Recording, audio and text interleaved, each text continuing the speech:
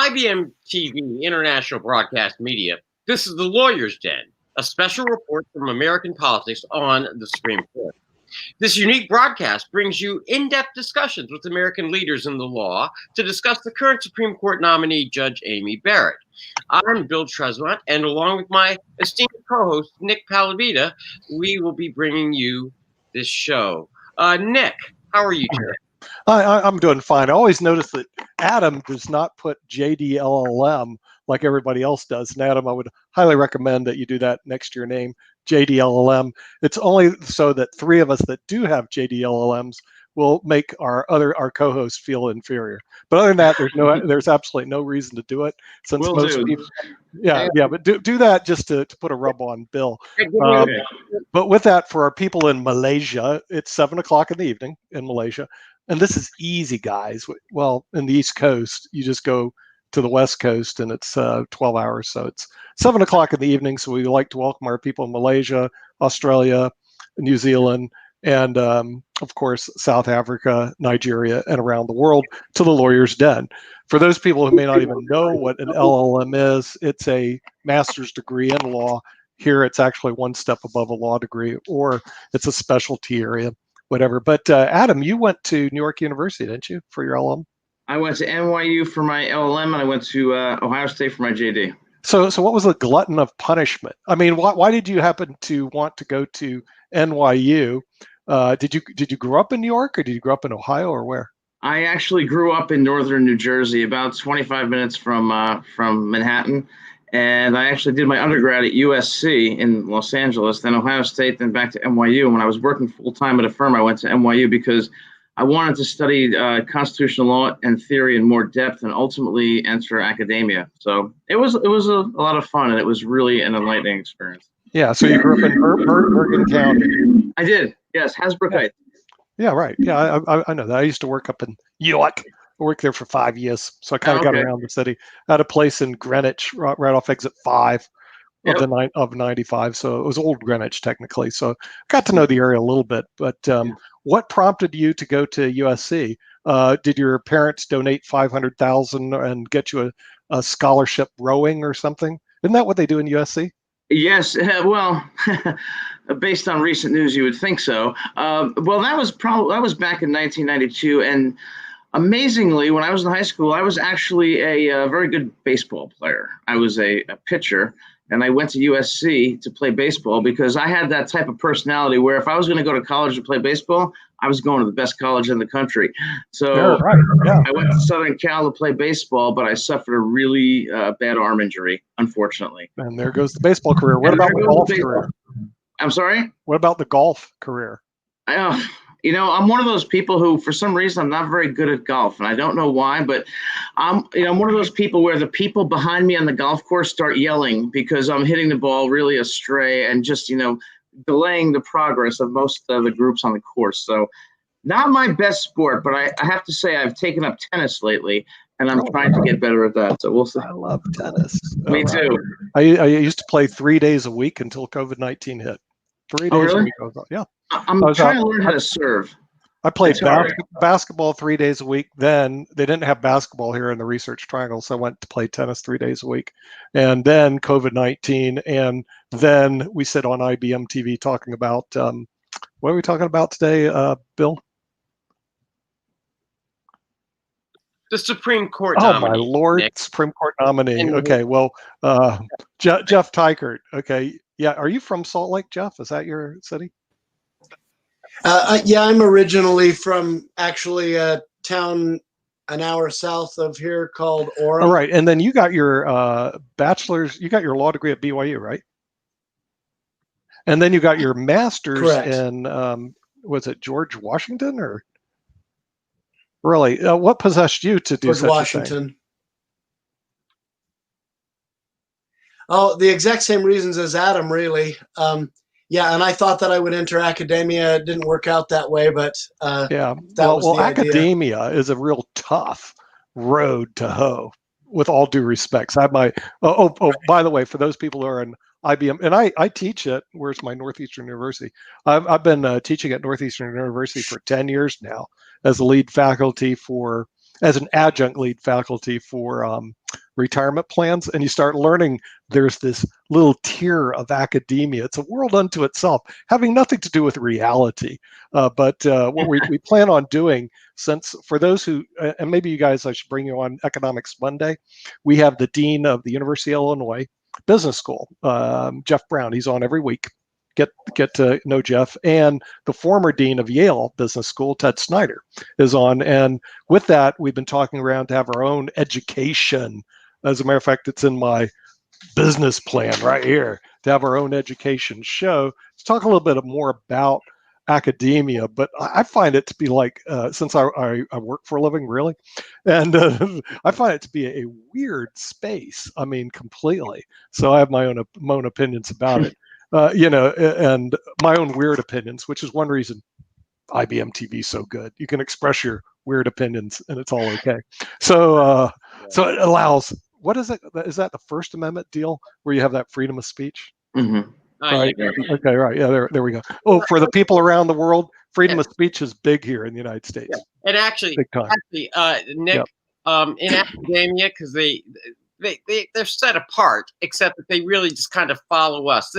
In their area, they call it academic freedom, as if it's somehow different. Oh, yeah, right. Wait, hey, speaking of which, I should have Adam and Jeff, if they're into academia, on the Sharif School of Economics, which you have to get up early, okay, because it's 5 o'clock in the morning, Eastern time, which is probably, if you're in Mountain Time, it could be like 2 o'clock in the morning. But the Sharif School of Economics, he brings in academics from Malaysia, Bangladesh, Singapore, and Australia. It's a pretty good show. It's called the Sharif School of Economics. But even though it's 5 o'clock in the morning, my time, it's 5 in the evening. We're prime time in Malaysia. So just to let you guys know, you're on prime time, but basically it's out of sync over there. But he brings a lot of academics, people in. We had a professor at MIT there. It's a pretty good show. So should we be talking about the Supreme Court? I missed it completely. I was working, so I have no clue what was said, Bill. so tell me what's going on here. Okay. Well, see, actually, the beauty of this is that's why we have these two esteemed individuals. And so, Right. Who would like to take the lead this evening? Professor, or Adam, or Jeff? Which LLM? Jeff, Either way. Either way. I'll just say briefly that I watched most of the coverage today, although not exclusively. I was working on a brief too, but I didn't see a whole lot that was new from what we talked about yesterday. It seemed like the same patterns. The Democrats would get up and push the nominee to make ideological commitments to how she would rule in future cases. She would spend her time refusing. She got a little bit more irritated throughout the day as people were trying to put her in that box. But I didn't see a whole lot that was really new. And you can sort of, after a few hours of that, start to think, is Senator Blumenthal stupid? Well, he's not stupid. I mean, I think he knows exactly what she's going to say when he tries to push her to make commitments. He's not talking to her. He's not even talking to his colleagues. He knows she's going to be confirmed. He's talking to the voters. And so he's trying to set it up so it looks like the nominee is being evasive and, refusing to answer his very reasonable questions. And he's going to express how he's been getting letters that everybody's concerned about this or that, their health care being taken away or whatever. But I think he knows she's not going to answer. He knows why. But he's playing to the gallery, as it were. Jeff, are you trying to tell me that this is political? In other words, it wasn't based on actually trying to find pure knowledge. It was actually based on some political scheme. Yeah, I think that the senators were playing to the TV audience. I find that appalling that they would do such a thing, especially in front of a national and, frankly, as we've talked to our people around the world, an international audience that she's receiving. That's appalling. Okay. Your mic's off, Bill. Can't hear you, Bill. Okay, well, you probably muted me behind the scenes. Thank you, Nick. Just keep me quiet. I have the power, baby. If you're done grandstanding, I'd like to hear what Professor Adam has to say. Well, I'm sorry. Go ahead. No, you go ahead. Yeah. Well, I agree with everything that Jeff said. I thought that Barrett was extremely impressive. She's very intelligent. Her command of the law is just truly outstanding. One thing that stuck out to me was when she was asked whether she agreed with Griswold versus Connecticut. When I heard that, I just shook my head. I think that is one of the worst Supreme Court decisions in recent history. That is the decision where the Supreme Court invalidated a Connecticut law banning contraception based on the 14th Amendment. Now, they admitted in the decision that there was nothing in the text of the Constitution that necessarily prohibited Connecticut from doing what it was doing, but rather there were penumbras that emanated from the Constitution, these invisible penumbras by which the justices, unelected, life tenured, can divine unenumerated rights or whatever they might, or restrictions that are not in the Constitution. And I think that was a terrible decision, the precursor for Roe. And when they asked her if she agreed with Griswold, I wish she would have said no. Okay.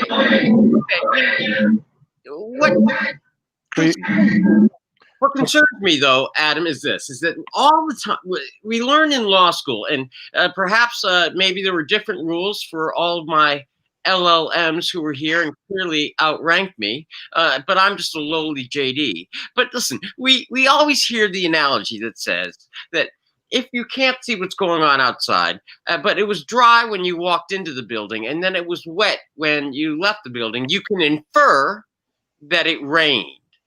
Now, would that be found in the penumbra of the clouds, Adam? Or is that just a necessary inference that we're taught in law school to make? And in that regard, aren't these penumbras merely necessary and logical inferences that judges can make rather than divining them?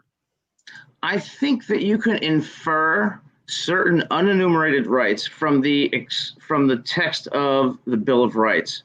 The difference in Griswold was that they did not infer anything from the text of the 14th Amendment. They completely disregarded it and invented out of thin air these penumbras that essentially allowed them to find a statute unconstitutional that, while admittedly ridiculous, they had no basis in the Constitution to invalidate it. So it wasn't like they were saying the First Amendment guarantees a right to free speech, and that implies that you have a right to assembly, or that implies that you have a right to donate money to a political party. What they did was they totally disregarded the Due Process Clause, which is a procedural clause, and they invented penumbras. And I think in a democratic society, 9 unelected judges who have life tenure should not be in the business of doing that. And I think that's why the process is so political today. Okay, on that point, let me just ask you this: that the judges are appointed by the people we elect, and we understand that. So it's not that they just showed up one day and then they just declared themselves justices. It's rather we went through a process, the process that everybody understands, and that we vote for our elected representatives. Indeed, that's the argument that the Republicans are making right now as they rush this appointment through, that they were elected on behalf of the people, and on behalf of the people, they have the right to make this choice. So it's really not so attenuated when you start talking about like this green goblin way over here of these unelected lifetime appointees that are just, destroying and shredding the Constitution, is it? Well, I think they are, because their decisions in these and other cases are not in any way grounded in the Constitution, and that's what they're obligated to interpret. When they decide to, for example, create a doctrine such as substantive due process, or to find invisible penumbras that rise like some ghost from the text of the 14th Amendment, what they're really doing is saying we are going to decide for all 50 states, for all 330 or whatever million people, what the law is going to be.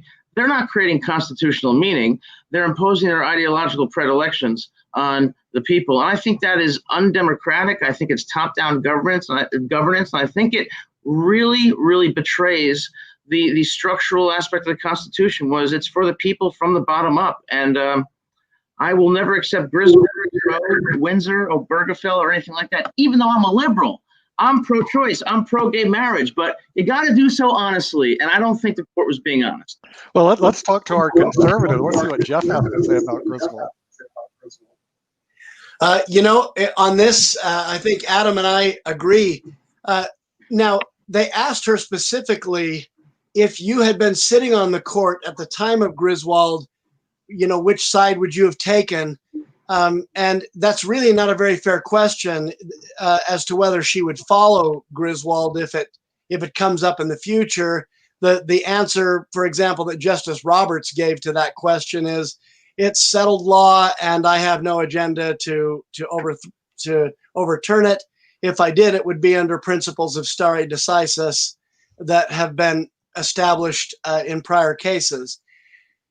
Adam mentioned substantive due process, and I would like to, just for the benefit of the viewers that may not know what he's talking about. The due process clause of the Constitution says that we cannot be deprived of life, liberty, or property without due process of law. That goes all the way back to the Magna Carta. There's a due process provision in that too, enacted in 1215 by King John. So the idea is very simple. You can't have your life taken by capital punishment or by the death penalty. You can't have your liberty taken by being thrown in jail, or you can't have your property taken by being fined or having your property confiscated unless first you get a trial and you get your day in court to tell your side of the story with the burden of proof on the government and so on. That's what the due process clause meant at the time it was enacted. That's what it means now. The idea of reading substantive content into the due process clause is just bewildering. It's kind of like saying, well, if we tell you can't have an abortion, that's effectively like putting you in jail. We're taking away an element of your liberty that is really fundamental, and we're not giving you a court hearing when we do it. It turns the whole idea of due process on its head. And it's completely undisciplined and unlimited. What could you not find in there? You could find any liberty you wanted. And I'll tell you a couple that the court has found through the years. Slavery under the Dred Scott decision, the right to have property in another person, in another human being, child labor. The Lochner case invalidated a whole bunch of wage and hour protections and things for workers.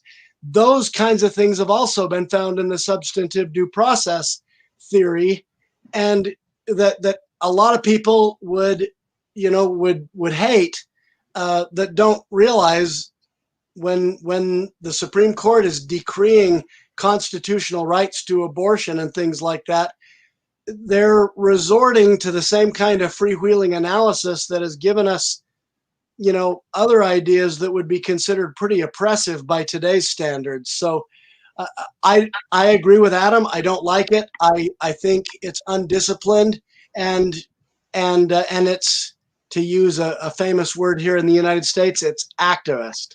It is judges making up the law. Well, it occurs to me, Nick, and I just want to bounce this off of you. It seems to me that while we don't have the opportunity to ask Judge Barrett questions directly, both of our guests agreed that yesterday it was entirely free game to talk about originalist theory to the Constitution. We just happen to have two of them here, Nick. So maybe we should start asking them about Chevron. And they're liberal and conservatives, and they're agreeing with each other. This is really bothering me. I mean, the thing is, if this keeps on taking place, there could be disastrous consequences above biblical proportions because you're not supposed to agree. Okay. So anyway. So do you want to start with Chevron or executive I would orders, like Nick? to start with Chevron, because Chevron sticks me all the time, as I don't have the luxury to have to deal with constitutional issues. I deal with business and tax issues, and Chevron sticks me all the time because the legislature. Explain. What? Oh no, we got to explain Chevron. Okay, explain Chevron. Right. Okay. We'll have Adam explain Chevron. He looks like a guy who likes oil. What is Chevron oil? Well, broadly speaking, Chevron stands for the principle of deference, that the courts will defer to an agency's interpretation of statutes, provided they are reasonable, and will defer to their expertise. I am not a fan of Chevron deference. I don't think Neil Gorsuch is a fan of it. And the reason I'm not a fan of it is because the deference is misplaced. Why are you deferring to non-lawyers' interpretation of a statute under a standard of reasonableness that is inherently vague? I think that in that regard, the court is giving up its power to find encroachments or overreaching by the executive where it might otherwise exist. So I think Chevron deference is a problem, and I suspect that it may go down in the next few years or so. Oh, what are your thoughts of Chevron, Jeff? Again, I agree with everything Adam just said. I think it was a tremendous transfer of power from the legislative branch to the executive branch. Basically, what Chevron says is if a statute that is passed by Congress is ambiguous in some way, that the court will give preference to the interpretation of the executive agency charged with enforcing that statute, and will accept the interpretation of the agency resolving that ambiguity unless their interpretation is arbitrary and capricious, which is a very, very high standard. Mm-hmm. And I think it transferred a huge amount of legislative power to the executive branch. It also transferred a certain amount of judicial power because the courts then abdicated their role in interpreting the law and saying what the law means to the executive. I don't know why we seem to want to have an imperial presidency in America. I think it's dangerous. If we look at, the history of England, I've made this point on this show before, but they were our progenitors. In the 17th century, we cut kings' heads off for things like that, for just ruling by decree. And I mean, look at what happened to poor King Charles. He was finding ways to tax people without representation. Does that sound familiar? He was issuing royal proclamations for 12 years after he dissolved Parliament and refused to call a new one. And okay, look at the Declaration of Independence. It's full of stuff about abuses of executive power. I think one of the principal reasons why the Constitution is what it is and was created the way it was to limit executive power. So, well, actually, Chevron, I think, flies in the face of that. Well, I also have a problem with it. So besides the fact that it costs me millions and millions of dollars in revenue, because legislative regulations are passed all the time, and there was one we're dealing with right now that's ambiguous. And the problem is ambiguous. We have to go along with whatever the government says. You and I know, Jeff, if we created a contract and I created a contract and you signed it and it's ambiguous, it's construed against me, the guy who created the contract, right? Okay. Right. Yeah, right. Okay. But in the government standpoint, it doesn't work that way. I create a contract, you create a contract. It's ambiguous. It's construed against who? You. I get to determine how it's construed, even though it's ambiguous. They sit on my desk all the time, and I have to tell my clients, and I have to tell my business associates, look, we're going to lose this because all they have to do is say it's their way or the highway. And every agency I work with, and I'm not going to name them because I work with a lot of government agencies, and they'll hate me for this. They won't see the show. Don't tell them about it. But Malaysia, you can go watch the show. That's okay. They won't hurt you. By the way, internationally, they won't hurt you. They could do this, and they interpret it their way. It's their way or the highway. It's Burger King. It's Burger King, but you can't have the hamburger your way. Yes. This is really, really amazing. Personally, I believe in a living. I think the Constitution is dynamic, and I would normally just disagree. And Nick, I have a different stripe, but I am in complete agreement that Chevron needs to be limited. It creates so many headaches, and it's for the reasons that Adam spoke of, as well as the reasons that Jeff spoke of. With regard to, abdicating the authority to this case, in this particular case, Adam, a nameless, unknown, unelected, who are in unions and there for life people that the American people never bargained for, who are then writing these laws every day. Yeah, exactly. and interpreting them as Every day. these administrative proceedings that they are then saying, holds the weight of law, which, as Jeff knows, you then turn around, you go to appeal, and it's this arbitrary and capricious standard. So you go from, you've got to deal with this person who you don't know what their background is. It's not in the law. They're writing, they're interpreting the stuff. And then if you say, hey, you're clearly wrong, you've got to prove that it's arbitrary and capricious, which means it gives them 90% of the leeway. And there's no way you can fight back. And so people like Nick get it handed to them. No, I don't. I see it before it comes. And then I tell my clients, okay, you're going right down the path of perdition, as you have to understand that you think the Democrats and the Republicans write the law. They don't.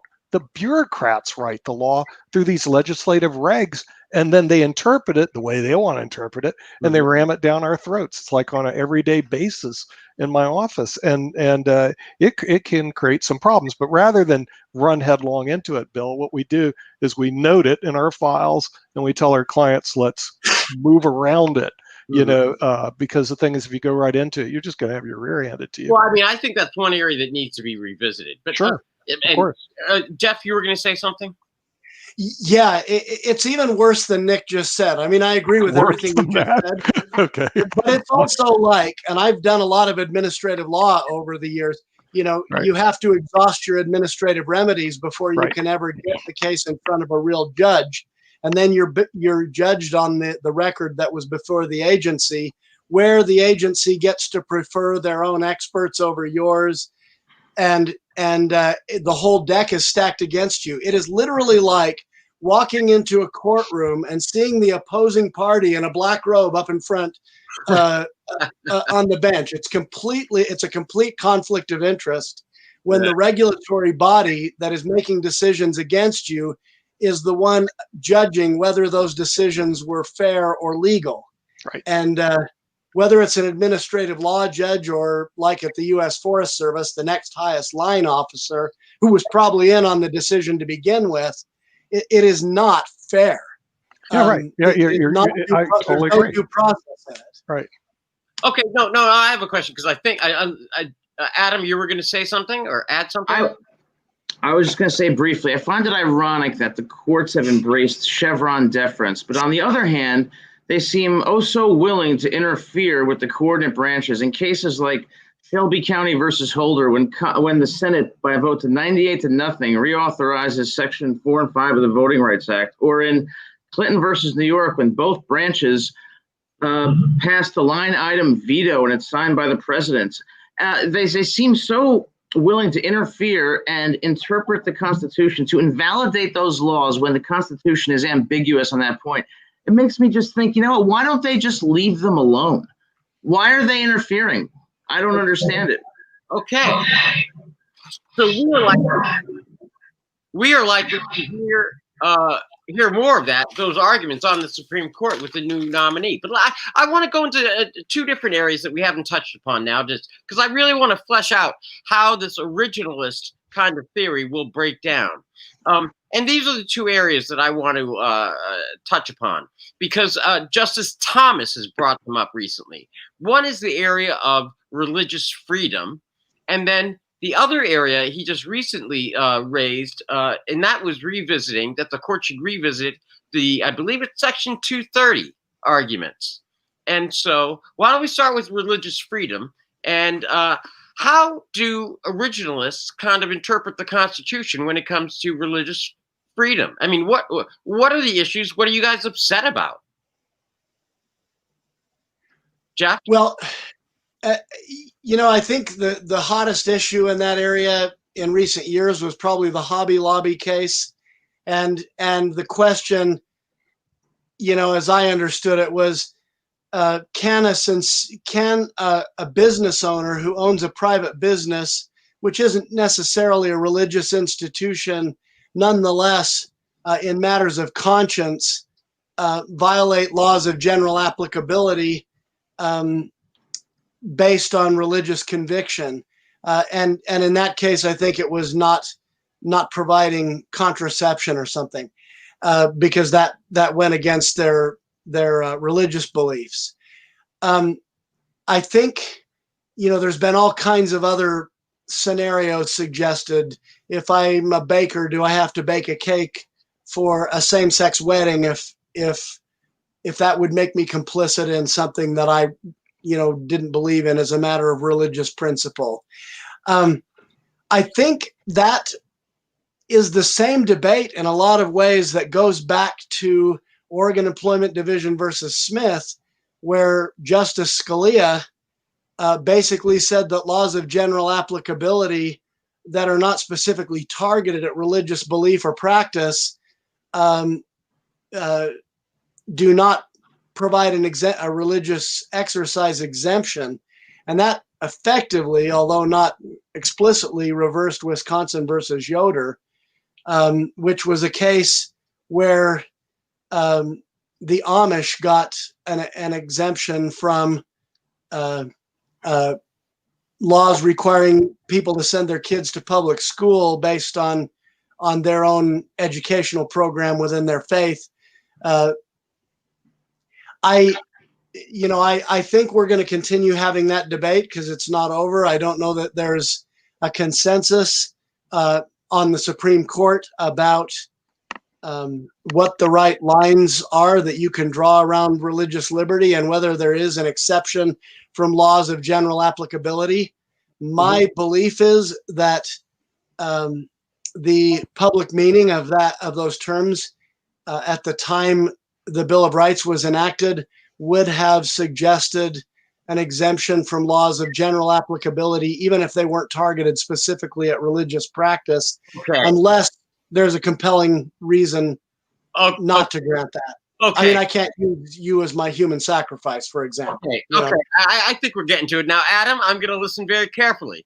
So you've heard Jeff's. I'm going to ask you, as a liberal originalist, what is up with religious liberty in your school of thought? I mean, where are you guys? What's in your shoe that's bothering you?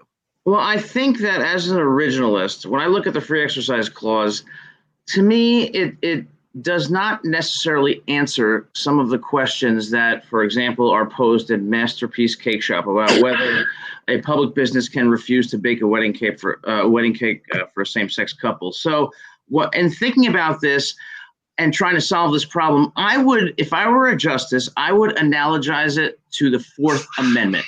Now, under the Fourth Amendment, you have the highest expectation of privacy in your home. I would hold that you have the highest expectation of privacy in your church or house of worship.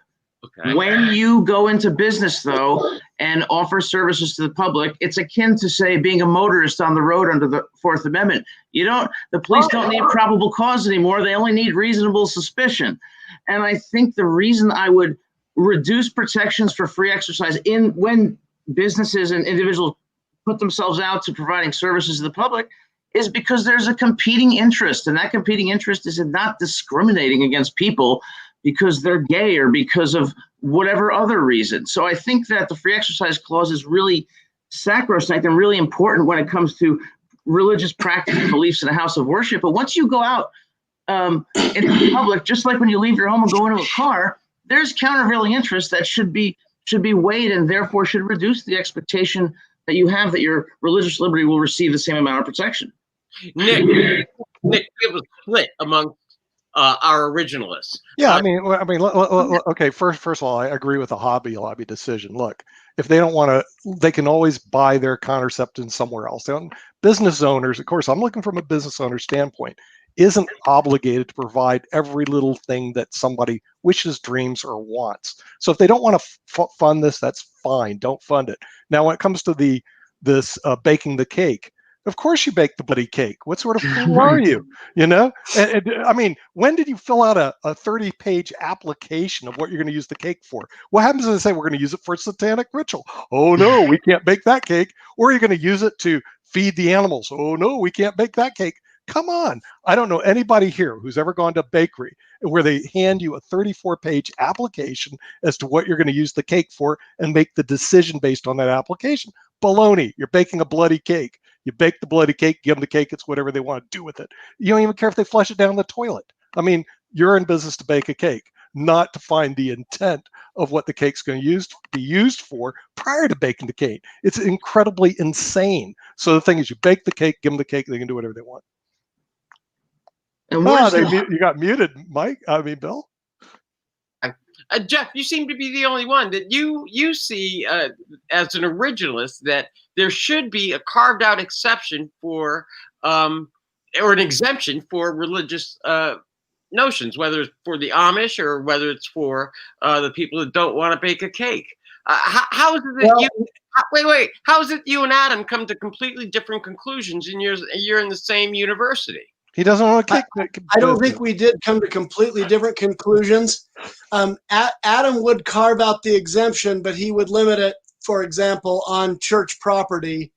What takes place in your ceremonies. Now, Oregon Employment Division versus Smith, which was a Scalia opinion, it said that when the Native American church was smoking peyote for sacramental purposes, that violated the drug laws of Oregon, and that it was not constitutionally protected practice, even though it was central to their religious practice. It was a sincerely held religious practice, and it was done as part of a religious ritual. It was not,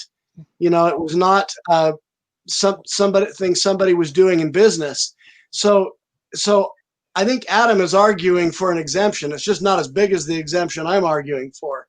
I would cite James Madison's memorial and remonstrance, where he said that when we enter civil society, we do so with a reservation of loyalty to our Creator, and that our actions in relation to our Creator are wholly exempt from the cognizance of government. Well, obviously that's painting with a pretty broad brush. Like I said, I can't make you my human sacrifice. I can't make Adam's living room my holy shrine. There are competing rights involved. But I think as long as you're not harming anybody else, you ought to be able to practice your religion, whatever that means. I will also say, just as an aside, I would bake the cake. I mean, I've had, gay couples come to me for asset protection and estate planning things.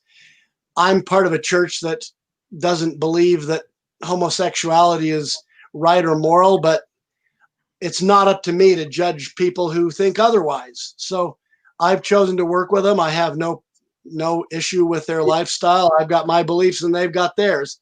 That's my personal view. I also believe that people ought to be able to practice their religion without the interference of government, and I would make that protection very broad. Yeah, Jeff, that's that libertarian streak in you. In your school of thought, there is a distinct libertarian view, and it, as we said before, it's from out west. It's that real kind of independent viewpoint. So, gentlemen, what do you think the court is going to do? Because they're going to have a solid 5-person majority, and we already know where Justice Alito and Justice Thomas are. And if originalist theory or the school of thought carries through, soon to be Justice Barrett, they would only need 1 or 2, and then the question would be where they draw the line, whether it's limited, as Adam would suggest, or broader, as broader, as Jeff would suggest. So what do you guys think is going to happen with the court? They can take cooking lessons and learn how to bake a better cake. That would probably be something that would be helpful for them, and it would improve humanity. Who knows what these people are going to do, but I don't think you're going to see much change, even if she sits on the court. I do think a big issue is going to be whether or not we expand the Supreme Court. That would be everybody's keeping mum about that one, but it's quite a possibility that they may push through the expansion of the Supreme Court bill. Okay, Nick, I'm going to defer to you because I guess I have to defer to everybody with an LLM. Although I have 2 L's in my name, but apparently it doesn't carry the same weight. Yeah, they're not in the right position, Bill. You're going to have to work with you on that one. Listen, do we want to talk about executive orders, or do we want to talk about the court? I think we should talk about executive orders, Okay. for sure. But remember, my LM is intact, so it has nothing to do with the law. I will say this, though. Say this, though, very briefly. I'm sorry, the reception is a bit off. I think on the free exercise clause, the Supreme Court's going to do the absolute worst thing it could possibly do. It's going to issue very incremental decisions that lead to the same case-by-case jurisprudence that leads to uncertainty, instability, and, is the catalyst for more and more litigation, similar to what they've done with their abortion jurisprudence. You're not going to see any clear-cut rules or resolutions, and I think that ultimately it's going to raise more questions than answers if they entertain these cases. Okay. Okay. So let's start with executive orders. Now, Jeff, this seems to kind of get under your skin a bit. The use of executive orders and Scalia's long road to justify it. Do you want to explain to everybody kind of what you think on the issue of executive orders and judicial deference? Well, yeah, I've said this a couple of times, but first of all, I would just ask the audience, to try to think in your mind, what is the real difference between an executive order signed by the President of the United States now and a royal proclamation signed by a European monarch in the Middle Ages or thereafter?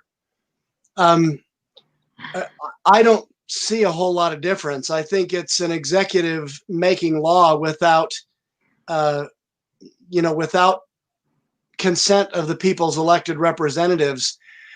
I also think it isn't limited to what comes out of the White House. I mean, I could stomach all of the executive orders coming out of the White House a lot better if every department head and even sub-department heads in the executive branch were not also writing all these rules that Nick was talking about earlier. I mean, the federal statutes, the United States Code takes up 2 little shelves in the law library. If you have the whole printed Code of Federal Regulations, it's a very large wall, which tells you, in very broad strokes, that most of the law that's being written in the federal government is being written by the faceless bureaucrats we've all been talking about, rather than by the people's elected representatives. And I think in some ways, Congress actually prefers it. They can write a law saying this is the Kittens and Puppies Protection Act, and we want the Secretary of Pets to write rules enforcing the welfare of kittens and puppies, and then the Congress doesn't have to go about the difficulty of legislative compromise and so on in coming up with rules that actually work. They can sort of kick it over to the executive branch, and then they can criticize it if it doesn't go well. It's a good way to get yourself reelected, but I don't think it is the way to run a republic where the people are supposed to be represented.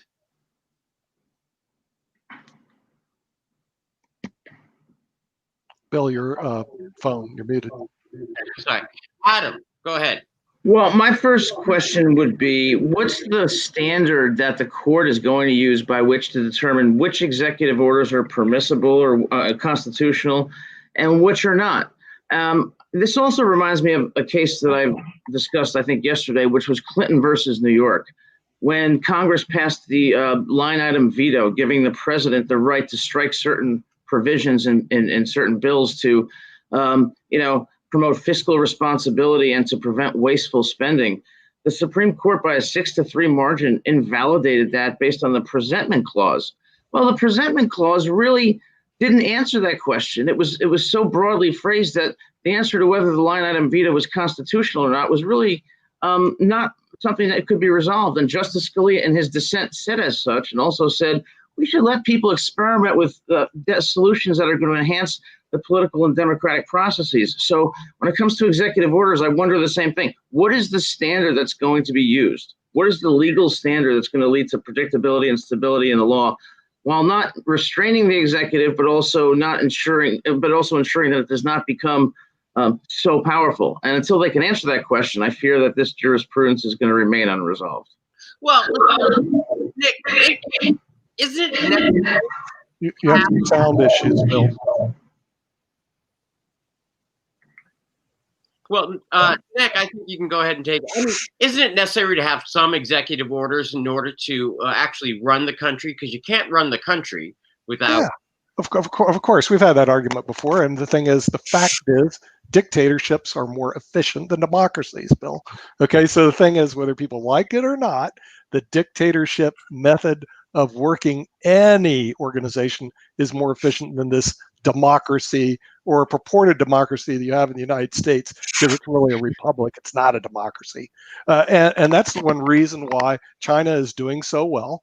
And some of our other countries that we compete against are doing so well, because the dictatorships work, provided you have a good dictator who can do things like executive orders. Okay. This whole theory of democracy, where people get together and they vote and they're equal, I mean, that goes back to Athens. And how are they doing right now? Not too well, are they? So the thing is, you can have all the democracy you like, you can enjoy your democracy, but the fact is, it's not as efficient. And you can go to ssrn.com, look at all the studies that are done between democracies and dictatorships. Dictatorships rule. Now, there's a problem. If you get the wrong dictator, you could be in deep doo-doo. But all right. With that being said, it's very efficient. Today is hump day, and I figure everybody's having a tough day, so I figured that was your soapbox because you were having a tough day. But clearly, we're not talking dictators. I haven't changed about this since you and I talked about it. Nick, we broadcast worldwide, from dictatorships to democracies around. Yeah, and you put dictatorships down like they're bad. Well, we're trying to do that now by having a discussion about a constitution. May I, Nick? Yeah, go ahead. Without addressing dictatorships. Right. Now, do we think that this court, as it's about to be newly constituted, will once again take up this issue of the executive orders, and where might they go? From either a complete ban or, Adam, you're surprising me because you're siding with the originalists, but you're trying to draw out almost a centrist, middle of the road exception each time. I am, because I think even as an originalist, you still have to consider the practical consequences of your decisions. The key for an originalist is to do so in a manner that the text can support, that the original meaning can support. And so I don't think originalism is necessarily exclusive with, pragmatism, but I think it has to be done in a way where you can justify it in the text. And I also think you have to consider fairness. You have to consider the outcomes of your decisions. Mm-hmm. And I, if I was a justice, I'd probably be one of those people that everybody hates, because I don't go as far as the originalists want me to go, and I certainly don't go far as the living constitutionalists. But I think in the middle is where you find the compromise. And if you can ensure that there's a textual basis for it, unlike Griswold, unlike Roe, then the decision carries with it legitimacy and effectuates the fairness that I think is necessary to consider when making a decision. Adam, okay, you raised something, and I didn't necessarily want to go there, but I guess I have to, only because it's been much talked about, and it's obviously the high profile. As an originalist, look, what would you do with Roe v. Wade? I mean, I understand the penumbras get you, and I understand, but I mean, would you be open to overturning Roe v. Wade? No, I would say that Roe versus Wade was wrongly decided. It was based on unjustifiable, quite frankly, terrible reasoning. However, over the last, 40 years, people have come to rely on that. And women have come to rely on Roe versus Wade to access abortion services. And the disruptive effects of overturning Roe would be so substantial, and the court's legitimacy so damaged, that I would leave it in place. And I would say it was a mistake, but because of other practical considerations, the best way to go is to leave Roe in place. And quite frankly, if I would overturn any decision, I would overturn Planned Parenthood versus Casey and the amorphous, substantial undue burden standard and reinstate the trimester framework from Roe. Okay, Jeff, you do, Jeff. Well, if I could wave a magic wand and make whatever happen, whatever I wanted happen, yeah, I'd probably reverse Roe for the reasons that Adam just said, that it was very badly decided. It was almost willfully wrong. Now, that doesn't mean abortion would suddenly be banned everywhere in the United States. I doubt it would be banned in New York or California, or I think through much of the country it would remain legal, because it still requires legislatures to come in and pass laws against it, even if there's no constitutional right.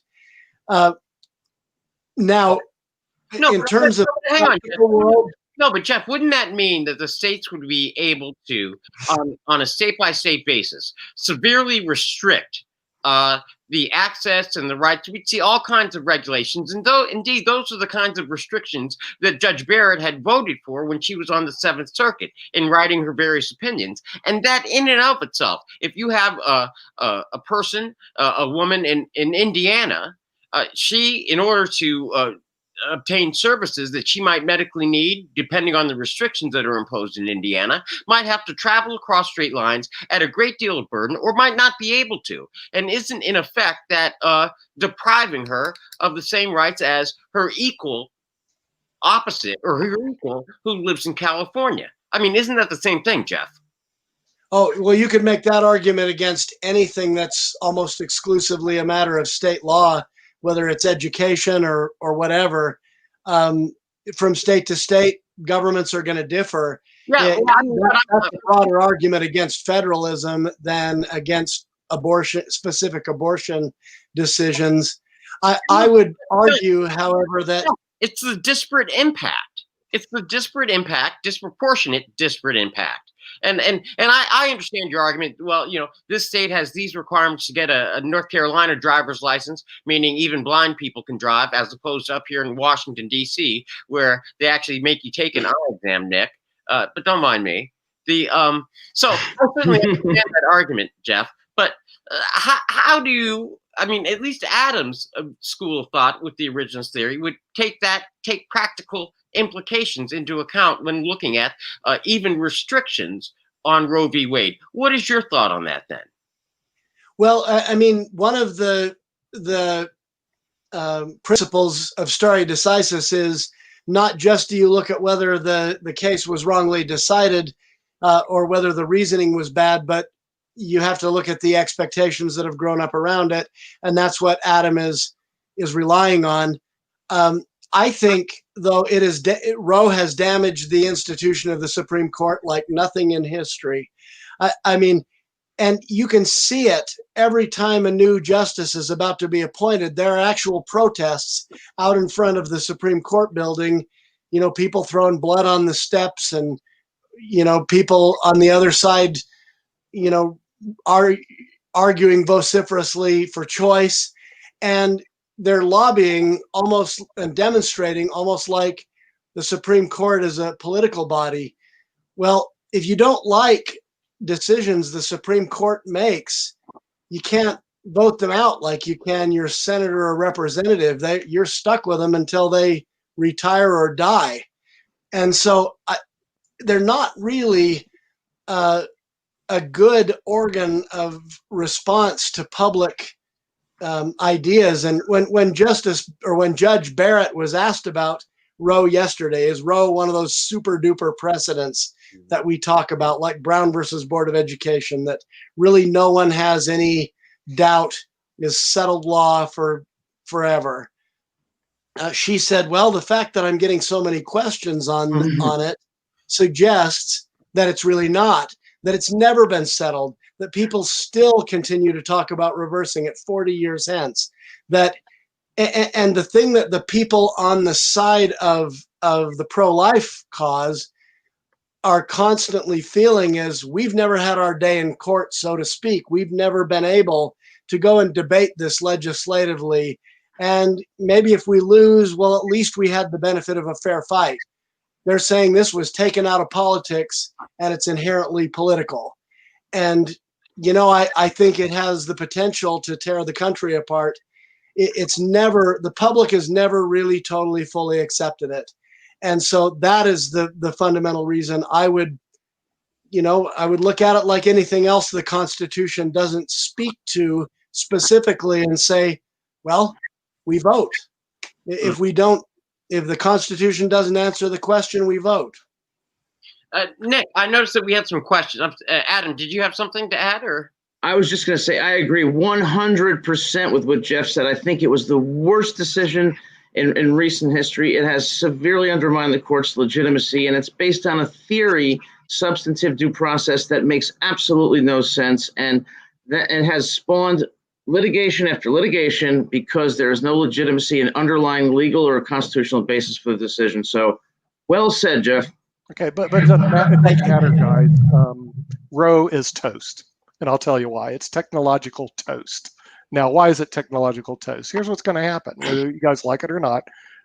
As we advanced our technology, because the whole theory is the fetus can't live independently. Well, we'll be able to live independently. They'll take the fetus out like that, bang, into another place. They'll live independently, and poof, Roe will die because technology is going to kill it. So it's just a matter of time, guys, gals, Democrats, Republicans, like it or not, baby, Roe is toast. And the reason why is technology will destroy Roe because it will solve the whole problem of abortion. There won't be any abortions. You go in the clinic, fetus removed, fetus over here, fetus grows, end of game. And so we get to talk about something else. And we'll waste our time with Roe versus Wade because technology is going to slam dunk it, baby. Watch, it'll probably happen the next decade. Okay. Well, yeah, I mean, eventually you'll be growing your baby in a fishbowl in your living room. Well, that's right, Jeff. I mean, the thing is, technology will destroy Roe. All Roe versus Wade's going to be is in some legal manual 30 years from now that somebody's going to read and say, do you know they used to have these things? It'll be all history, guys. So enjoy your arguments now with Roe, because after a while, that's going to be in the cemetery books. I'm serious, Adam. Go look. 50 years from now, that'll be in the cemetery books. I believe you. I actually think you make a good argument. Technology is going to kill it. Yeah, I didn't think about that. That's a good argument. That's because you don't work in technology sector. Oh, sorry. Yeah, well, precisely. I'm in academia. Well, because right. That's laterally. Anyway, criticism. Not like everybody working out in the world, So Roe is dead. Sorry, guys. Okay. Well, I'd like to go around the horn and see what we have to say. First, let me just say for our audience, tomorrow should be a relatively easy day at the hearings. Tomorrow's largely going to consist of character witnesses for Judge Barrett, both for and against. And we don't expect anything earth-shattering or shaking at that point. Procedurally, Senator Graham, the chair of the Judiciary Committee, has already scheduled, he did it actually at the beginning of the week, scheduled a vote for, I believe, next week, which then allows time for them to place the nomination before the full Senate on or about August 22nd, which then allows her to be confirmed before the end of the month and sit on the Supreme Court beginning in November.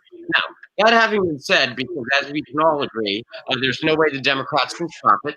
The Republicans know it, and they are just in a naked power grab pushing this through. Democrats obviously are showboating and trying to exact some sort of political price for election purposes. But for our purposes, if we'd like to go through, Nick, you have any thoughts then? And I want to stay away from the ramrodding of this process and the negativity and the Democrats being upset, because at the end of the day, this is what the rules are, and the rules allow it, and so they've done it. But do you have any thoughts? Yeah, she's going to be confirmed, and this is a waste of time, so I don't watch it very often, other than showboating for the Democrats and Republicans. It's kind of a waste of time.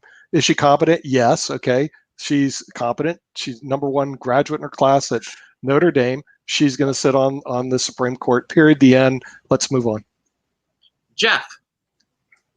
I agree with Nick. She's going to be confirmed, probably narrowly, but the polls that I've seen recently show that Americans want her to be confirmed 48% to 31%, about a 17% difference, with quite a few undecided. Those undecideds, I suspect, will be the people who ultimately are going to decide the election, though, and here in a couple of weeks. So it's going to be interesting to see if this nomination has any effect at the ballot box.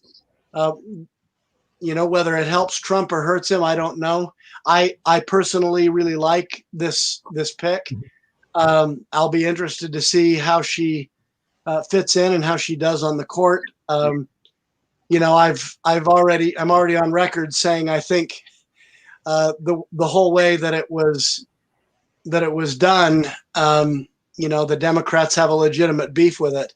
But ultimately, I really like this pick, and I think she'll be confirmed. Okay, and Adam, I saved a piece of dessert for you, because to support your argument from the other day, in which you said at the time I unfairly suggested to you that it was without basis, that she would be independent. Indeed, what I learned from the hearings today is that she began to distance herself from Scalia, creating a great space and asserting that she would be Justice Barrett, which might indicate after hugging Justice Scalia for so long, she's now carving out her own space. So I thought I'd offer that up to you as part of discovery and fairness, since we are lawyers, so that you could then have your concluding thoughts. Well, I think I'm sorry. You're welcome, Adam. Thank you very much. I think she'll be confirmed. I think she will be in the mold of a Justice Stevens, and I don't think she'll be as conservative or predictable as people think. But most importantly, I think the country is extraordinarily divided right now, very polarized.